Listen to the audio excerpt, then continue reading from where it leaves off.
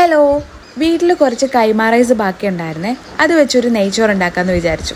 അങ്ങനെ നമ്മുടെ പാത്രം ചൂടായി അതിൽ ആവശ്യത്തിന് നെയ്യ് ഒഴിച്ച് അതിലോട്ട് നമ്മൾ സ്പൈസസ് ആയിട്ട് ഗ്രാമ്പൂ, ഏലക്ക, പട്ട ഇട്ട് പിന്നെ അരിഞ്ഞു വെച്ച കുറച്ച് സവാള ഇട്ട് അതൊന്ന് വാടി വരുമ്പോഴത്തേക്കിന് ഒരു 10 മിനിറ്റ് സോക്ക് ചെയ്ത് നമ്മുടെ അരി ഇടണം. ഞാൻ 1.5 കപ്പ് അരിയാണ് എടുത്തത്. ഇനി ആ അരി ഒന്ന് റോസ്റ്റ് ചെയ്തെടുക്കണം. മീഡിയം ഹൈ ഫ്ലെയിമിൽ കൈ എടുക്കാതെ ഇളക്കിക്കൊണ്ട് അത് റോസ്റ്റ് ചെയ്ത് വരുമ്പോഴത്തേക്കിന് നമുക്ക് ഒരു ഗ്ലാസ്സിന് 1.5 ഗ്ലാസ് വെള്ളം എന്ന അളവിൽ വെള്ളവും ചേർത്ത് ആവശ്യത്തിന് ഉപ്പും കുറച്ച് നാരങ്ങ നീരും ആഡ് ചെയ്തിട്ട് നമ്മളത് വേവിക്കാൻ അടച്ചു വെക്കണം.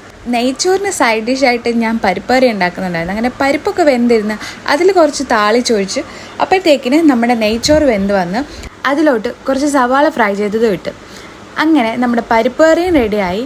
പിന്നെ കൂട്ടി കഴിക്കാൻ കുറച്ച് ലെവലോലിക്ക ഉപ്പിലിട്ടതുണ്ടായിരുന്നു. പിന്നെ കുറച്ച് ചമ്മന്തി ഉണ്ടാക്കി. പപ്പടത്തിൻ്റെ വലിയൊരു കുറവുണ്ടായിരുന്നു, എന്നാലും കുഴപ്പമില്ല. അപ്പോൾ അത്രയുള്ളൂ. ബൈ.